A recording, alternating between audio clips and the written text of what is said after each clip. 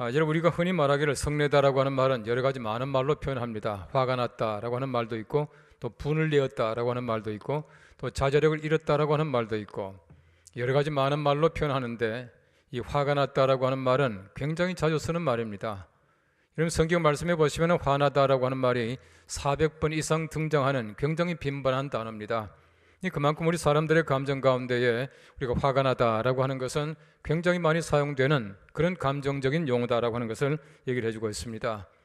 이 성경 말씀에 화가 났다라고 하는 말이 많이 나와 있지만은 제일 먼저 화가 났다라고 하는 말은 창세기 4장 말씀해 보시면은 5절에 이렇게 말하고 있습니다. 가인과 그의 재물은 받지 아니하신지라 가인이 몹시 분하여 안색이 변했다, 그렇게 말하고 있습니다. 처음으로 가인이 화를 냈다고 하는 것입니다. 우리 첫사람 가인이 화를 내므로 말미암아 그 화라고 하는 것이 결국은 자기의 동생을 살인하는 데까지 이르게 되었다는 것을 잘 알고 있습니다. 우리 분냄이라고 하는 것이 얼마나 좋지 못한가 하는 것을 단적으로 말해주고 있습니다.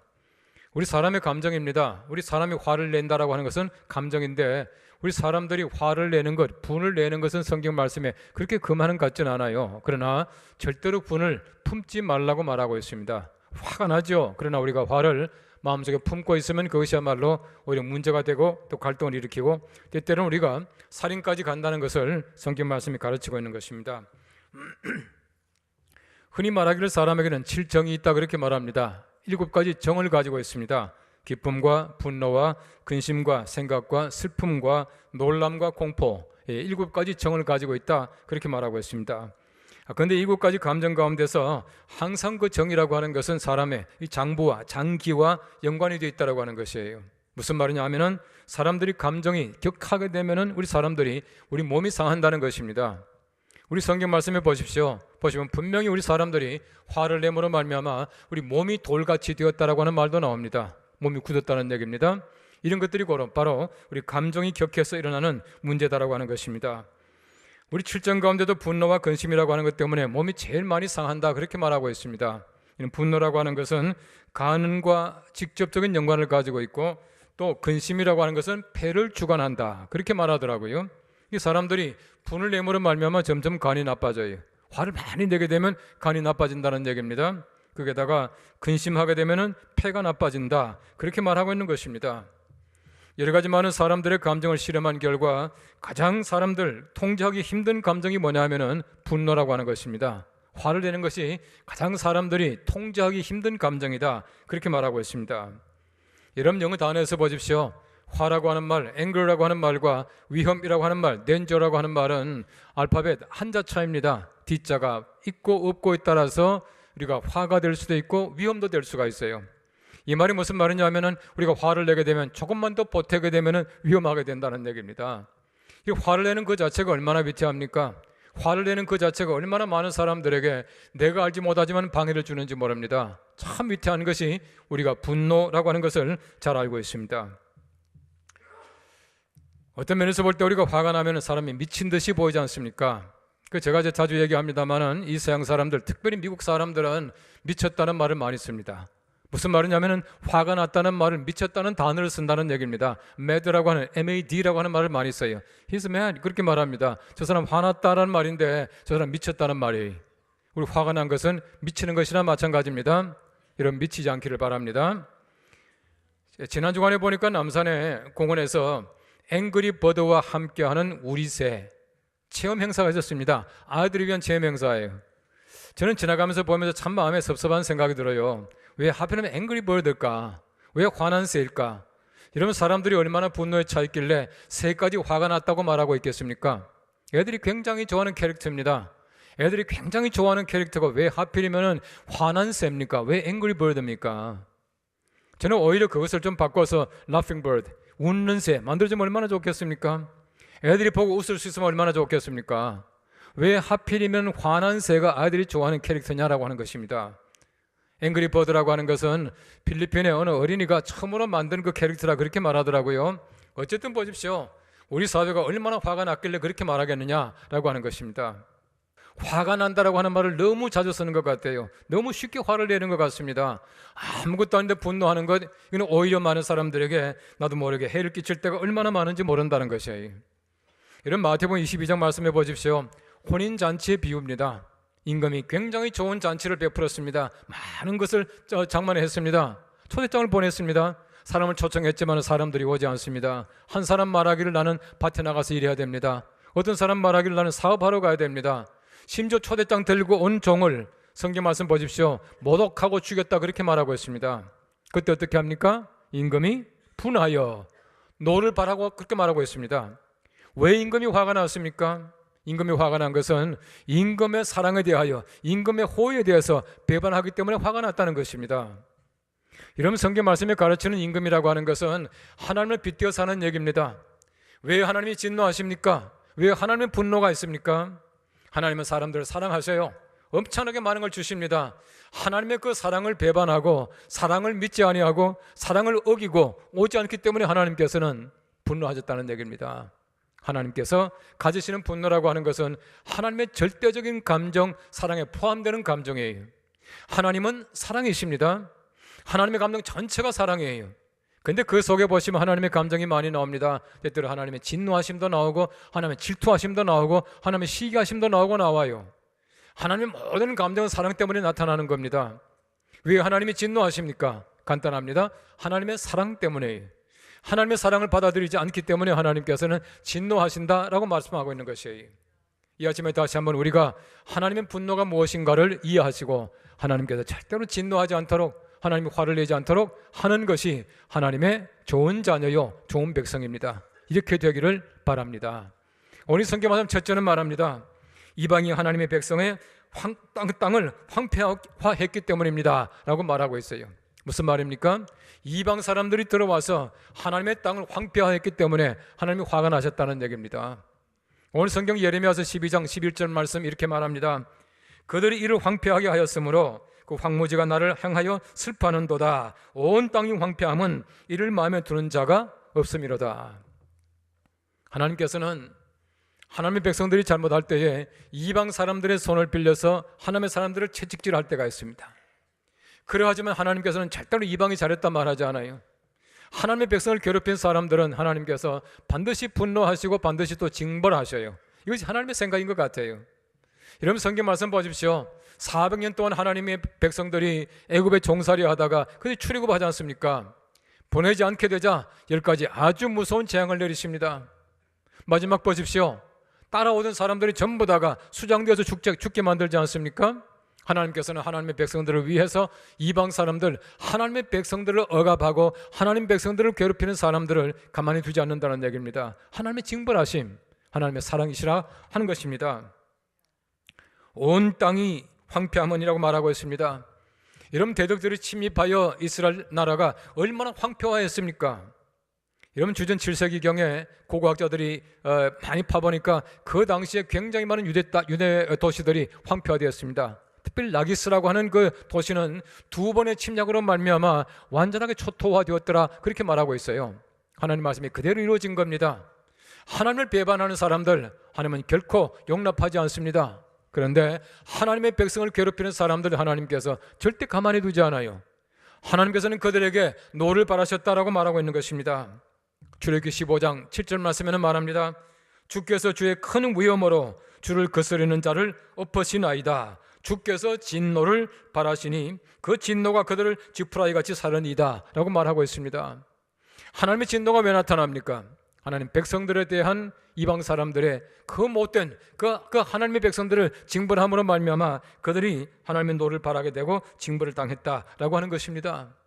내 자녀가 아무리 잘못하지만은 밖에 가서 매를 맞고 또 밖에 사람인 내 자녀를 괴롭힐 때는 정말 화가 나요.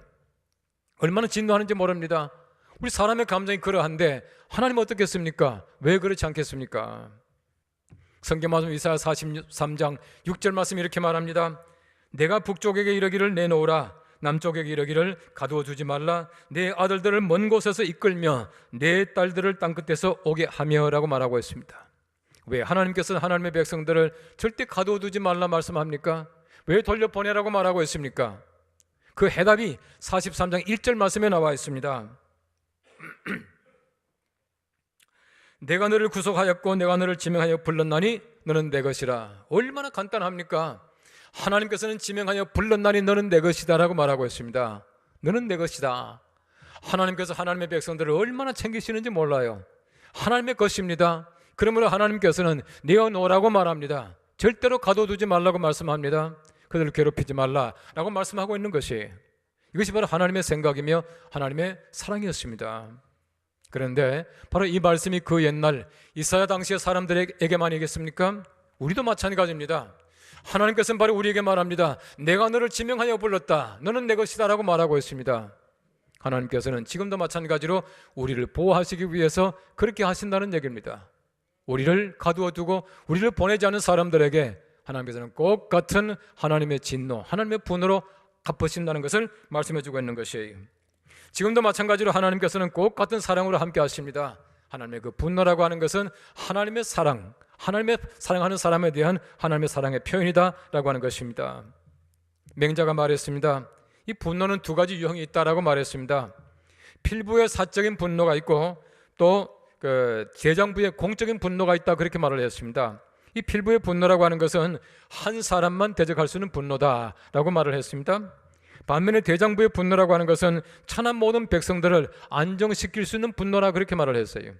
우리가 흔히 말하기를 의분과 화를 구분합니다. 의분이라고 하는 것은 문자 그대로 의 때문에 내는 분노예요. 공적인 분노입니다. 화라고 하는 것은 개인적인 분노를 얘기하고 있습니다. 우리 화를 내지 말아야 합니다. 그러나 우리 마음속에는 의분은 분명히 있어한다라고 하는 사실을 얘기해주고 있는 것입니다. 하나님의 분노라고 하는 것은 하나님의 초월적인 사랑에 대한 표현이었습니다. 하나님의 사람을 사랑하신다, 이 말이 성경 말씀 보시면은 하나님께서 이방에 대해서 분노하셨다라고 말씀하고 있다는 것입니다. 우리가 항상 하나님의 분노를 기억하시고 잘 이해하시고 하나님께서 분내지 않도록 우리가 힘쓰는 귀한 하나님의 백성들 되시기를 간절히 바랍니다. 우리 성경 말씀 두 번째는 말합니다. 하나님의 백성이 죄를 지어 소산과 소득이 없기 때문에 하나님께서는 진노하신다, 분을 내셨다라고 말하고 있습니다. 이 예레미야 12장 13절 말씀 말합니다. 무리가 밀을 심어도 가시를 거두며 수고하여도 소득이 없은즉 그 소산으로 말미암아 스스로 수치를 당하리니 이는 여호와의 분노로 말미암음이니라 말씀하고 있습니다. 하나님께서 분노하십니다. 우리 사람들이 소산을 내지 못합니다. 소득이 없습니다. 우리 하나님의 사람들이 소득이 없습니다. 가진 것이 없습니다. 소산이 없습니다. 하나님 진노하셔요. 하나님께서는 하나님의 백성들이 가난하고 소산이 없고 먹지 못하고 굶주리고 절대로 좋아하지 않습니다. 하나님께서는 하나님의 백성들이 풍성해야 기뻐하셔요. 우리가 하나님께 순종함으로 말미암아 하나님이 비도 내리시고 소산이 있게 하시는 것, 이것이 하나님의 뜻이고 하나님이 기뻐하시는 일입니다. 우리가 순종함으로 말미암아 하나님께서 우리에게 풍성한 소산을 주시기를 간절히 바랍니다. 여러분, 유다 백성들의 죄악의 행위가 어떠합니까? 그들의 기대와는 정반대로 그들이 불을 처리했다는 겁니다. 그들이 빈손이 되었다는 얘기입니다. 아무것도 거두지 못했다는 것입니다. 하나님이 좋아하시겠습니까? 절대 그렇지 못해요. 내 자녀가 아무리 잘못했지만은 우리가 밥을 굶긴다? 절대 좋아하지 않습니다. 여러분, 내 자녀가 잘못해서 빈손이 되었다, 누가 좋아하겠습니까? 하물며 하나님이시겠습니까? 하나님께서는 하나님의 자녀가 소득이 없고 소산이 없는 건 절대로 하나님께서는 기뻐하지 않는다는 사실을 얘기해주고 있는 것입니다. 우리 사람들이 하나님 말씀에 대하여 불순종하는 대가가 무엇입니까? 여러분, 레위기 26장 16절 말씀 말합니다. 너희가 파종한 것은 헛되리니 너희의 대적이 그것을 먹을 것이며, 우리가 아무리 파종해도 우리가 먹지 못하고 딴 사람이 다 훔쳐가 버리는 것이에요. 이게 하나님의 벌이라고 말하고 있습니다. 아모스 5장 11절 말씀에는 말합니다. 아름다운 포도원을 가꾸었으나 그 포도주를 마시지 못하리라 말합니다. 내가 아무리 열심히 포도를 잘 가꾸었다고 하더라도 포도주를 마시지 못하게 될 것이다. 하나님의 징벌이라고 하는 것이에요. 왜 그렇게 말합니까? 하나님께서 하나님의 말씀을 불순종하는 자에게 주시는 벌이 그렇다는 얘기입니다. 순종함으로 말미암아 우리가 풍성하게 먹게 될 줄로 믿습니다. 파스칼이 말합니다. 인간이 굶주림을 느끼는 이유가 무엇인가? 인간의 마음속에는 하나님만이 채울 수 있는 공간이 있다. 다른 물건이나 사람은 결코 그 공간을 채울 수가 없다 말했습니다. 하나님만이 채울 수 있는 공간이 있다는 것이에요. 이것 때문에 사람들이 굶주려 합니다. 하나님께서 채워주셔야 우리는 풍성할 수가 있는 것입니다. 내가 아무리 수고하고 내가 아무리 애쓴다고 하더라도 내가 내 자신을 채우지 못하는 것이 우리 사람들의 제한이고 사람들의 약점이에요. 하나님께서만이 채울 수 있는 공간이 있습니다. 이것이 있어 비로소 우리가 하나님 앞에서 풍성함을 느낄 수 있고 내가 하나님 앞에서 부족함이 없습니다 라고 말할 수가 있게 된다는 것을 얘기해 주고 있는 것입니다. 우리 예수님께서 말씀하신 마태복음의 8복을 보십시오. 의에 줄이고 목마른 자는 복이 있나니 저희가 배 부를 것이며 라고 말하고 있습니다. 이 말 한번 바꿔 생각해 보십시오. 의에 줄이지 아니하고 목마르지 않은 사람들이 배고픕니다. 절대 만족하지 못합니다. 이 말이 무슨 말이겠습니까? 의에 줄인 사람들이 배부를 것임이라 말하고 있습니다. 의가 무엇이겠습니까? 하나님께서 말씀하시는 질서대로 살아가는 것이 의예요. 하나님의 의대로 살아가게 되면 배부를 것이라고 말하고 있습니다. 우리가 세상 살아가면서 보십시오. 하나님의 의를 지키지 않음으로 말미암아 우리가 굶주리며 살아가는 경우가 얼마나 많은지 몰라요. 하나님의 뜻대로 말씀대로 살아가고 하나님께서 지키라고 말씀하신 대로 자연을 잘 지켰더라면 모든 사람들이 배부를 것인데 그렇지 못하고 살아가는 것이 얼마나 안타까운지 모릅니다. 지금도 마찬가지로 세계에 약 8억 5천 명 가까이가 굶주리며 살아간다 그렇게 말하더라고요. 여러분 세계 식량기구에서 발표한 바에 의하면 세계 한 30억 인구가 아직도 식량이 모자란다 그렇게 말하고 있습니다. 우리 잘 먹는 것 같지만은 세계 인구 가운데 그렇게 많은 사람들이 아직도 배고파하며 살아갈 수밖에 없다고 하는 것을 얘기하고 있는 것입니다. 여러분 원래 하나님께서 만드신 하늘은 비를 내리게 되어 있습니다. 근데 왜 비가 내리지 않습니까? 원래 내리게 되는 비가 왜 내리지 않습니까? 성경 말씀에는 말합니다. 신명기 11장 17절 말씀 이렇게 말하고 있습니다. 여호와께서 너희에게 진노하사 하늘을 닫아 비를 내리지 아니하여 땅이 소산을 내지 않게 하심으로 너희가 여호와께서 주인 아름다운 땅에서 속히 멸망할까 하노라 라고 말씀하고 있습니다. 하나님의 진노하심으로 말미암아 하늘을 닫게 되면 비가 내리지 않는다 말씀하고 있어요. 왜 비가 내리지 않습니까? 하나님이 진노하심으로 말미암아 하늘을 닫으셨다 그렇게 말씀하고 있는 것이에요. 원래 하나님이 만드신 그 땅이라고 하는 것은 우리가 심으면 소산을 내게 되어 있습니다. 땅은 그렇게 되어 있습니다. 근데 왜 땅이 우리에게 소산을 주지 못합니까? 성경 말씀 보면 말합니다. 예레미야 51장 43절 말씀 말합니다. 그 성읍들은 황폐하여 마른 땅과 사막과 사람이 살지 않는 땅이 되었으니 그리로 지나가는 사람이 없도다 라고 말하고 있습니다. 하나님이 진노하심으로 말미암아 사람들의 죄로 말미암아 이 땅이 황폐하게 되어서 사람도 지나가지 않는 땅이 되었다 그렇게 말합니다. 소산을 내지 못합니다. 하나님께서 원래 만드신 하늘과 땅은 그런 게 아니에요. 비를 내리게 되어 있고 땅은 소산을 거둘 수 있도록 만들게 되어 있다고 하는 것입니다. 우리가 하나님 앞에 순종함으로 말미암아 비로소 우리가 하나님의 진노를 거둘 수가 있고 하나님의 진노를 거두셔야 우리에게 소득과 소산이 풍족할 줄로 믿습니다. 여러분 성경 말씀에 아브라함을 보십시오. 아브라함이 하나님의 말씀을 듣고는 먼 길을 떠나갑니다. 하나님께서는 어디로 가라 말하지 않습니다. 내가 내게 지시할 땅으로 가라 말합니다. 지시할 땅이었습니다. 하나님만 의지하고 떠나갑니다. 자기 모든 걸 다 챙겨가서 떠나갑니다. 갈대우르를 떠나서 하란까지 갔습니다. 얼마나 대단한 순종입니까? 얼마나 대단한 믿음이었습니까?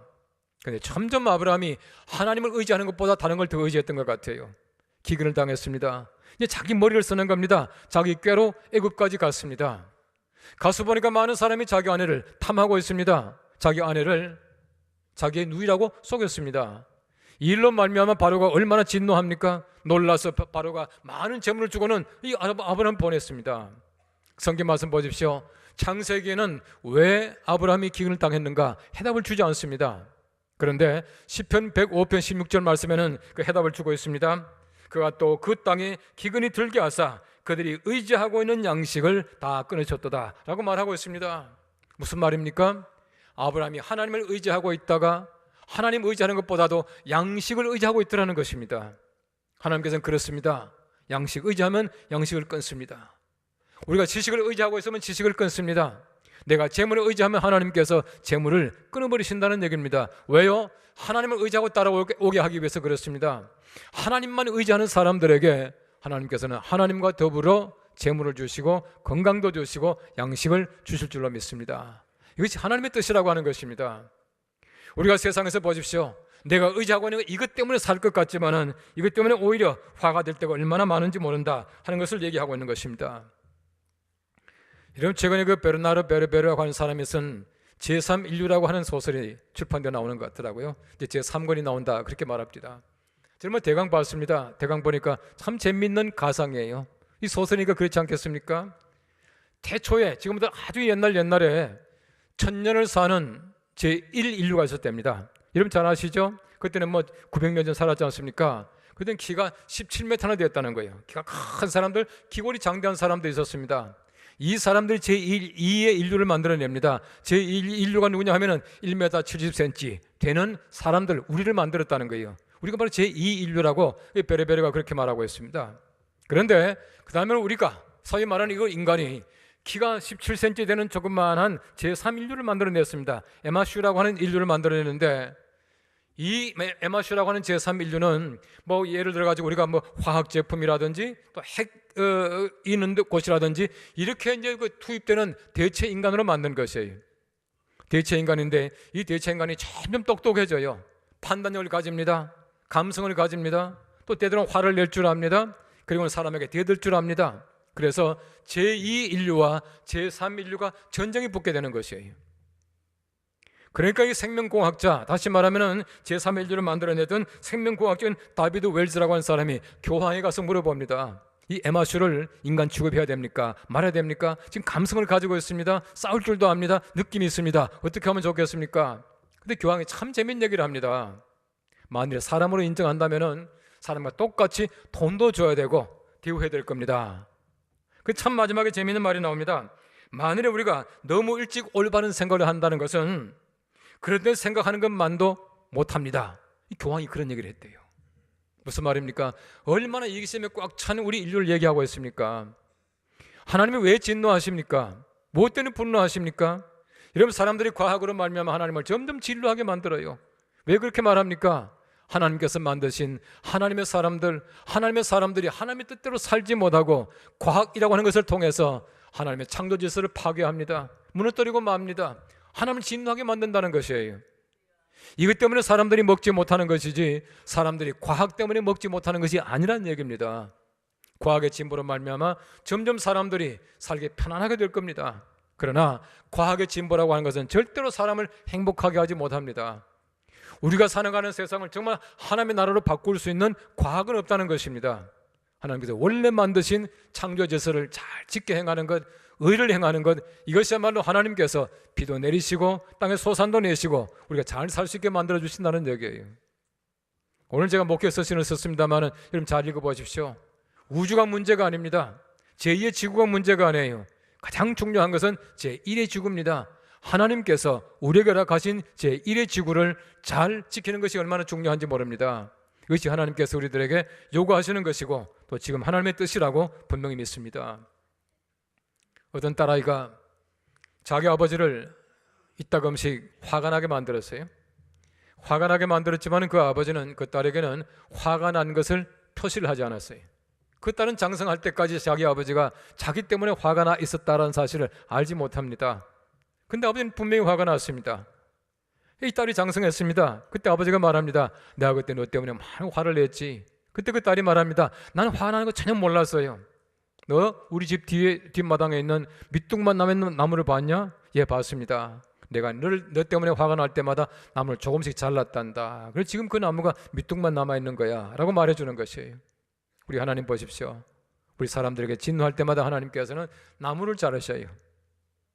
하나님께서는 그것도 모자라서 나무에 그 아들을 매달아 놓으셨어요. 십자가라고 하는 것은 우리 사람에 대한 하나님의 진노를 푸시는 방법이었습니다. 우리 사람들이 죄를 지음으로 말미암아 하나님께서 얼마나 진노하십니까? 하나님께서는 그 진노를 푸시기 위하여 십자가에 예수 그리스도를 매달아 놓으시고 하나님의 그 진노하심, 분노를 푸신 것이에요.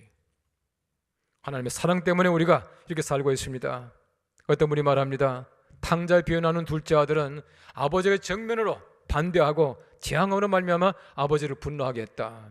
큰 아들은 자기의 완벽함과 아버지가 가지는 그 사랑을 이해하지 못함으로 말미암아 아버지를 분노하게 했다. 그렇게 말하고 있습니다. 모든 사람들은 전부 하나님을 진노하게, 분노하게 만드는 사람들이다. 이렇게 말했어요. 우리는 때때로 하나님 앞에 정면적으로 거부합니다. 배반합니다. 때때로 내 완벽함을 자랑합니다. 교만함을 자랑합니다. 이것 때문에 하나님께서는 진노하실 때가 얼마나 많은지 몰라요. 우리가 하나님을 진노하게 해서는 절대로 살지 못합니다. 하나님께서 화를 내시지 말아야, 하나님 분노를 푸셔야 우리가 살 수 있습니다. 하나님이 진노하시면서 우리가 올바르게 살 수는 절대로 없습니다. 아버지를 화나게 해놓고 우리가 기뻐하며 살 수가 있겠습니까? 우리의 기쁨이라고 하는 것은 하나님의 기쁨이 우리의 기쁨이 되셔야 해요. 아버지가 즐거워할 때 우리가 즐거워하고, 아버지가 기뻐할 때 기뻐하는 자녀가 올바른 자녀, 좋은 자녀입니다. 아무쪼록 하나님을 즐겁게 하고 우리가 즐거워하고 하나님의 기쁨 안에 우리가 기쁨을 누릴 수 있는 귀한 주님의 자녀들 다 되시기를 간절히 바랍니다. 기도하겠습니다.